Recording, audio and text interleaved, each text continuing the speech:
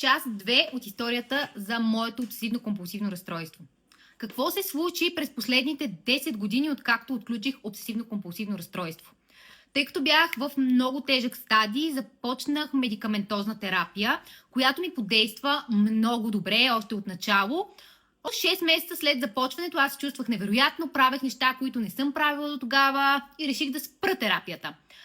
Това е доста кратко време за прием на антидепресанти, особено при ОКР, но аз бях твърдо решена, че всичко е готово, че аз съм излекувана, защото тогава си мислех, че точно това са направили лекарствата с мен. 2 месеца след спиране на антидепресантите, ОКР се завърна с пълна сила, много по-страшно от преди. За съжаление, това се повтори 5 или 6 пъти в продължение на около 8 години. Всеки път бях убедена, че всичко е готово, че вече съм излекувана, че няма проблем. Тогава дойде момента на осъзнаването, че колкото и да не искам да го призная, всъщност лечението не стои в лекарствата. Лечението седи в моите ръце.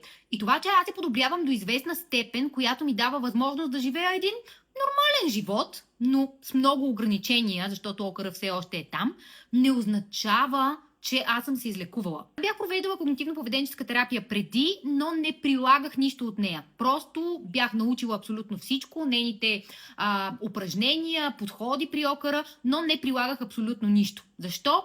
Не мога да ви кажа. Може би просто ми е харесвало да имам ОКР до някакъв момент. Това прочетах книгите на Джефри Шварц "Ти не си твоят мозък" и "Обсебен мозък".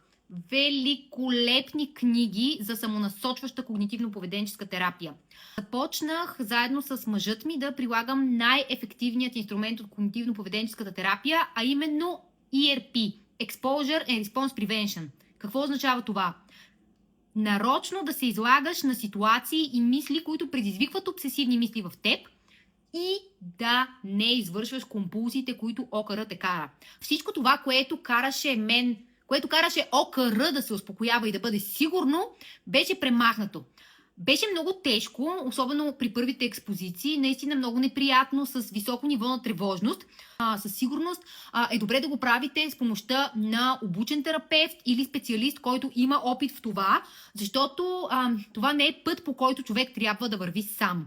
И така, общо взето, през последната година или 2 години работя усилено върху това не да разчитам на антидепресантите, а да действам. И само когато започнах да действам, аз успях наистина да надмина очакванията си, да надмина онова удобно ниво, с което можеш да живееш, но не си свободен.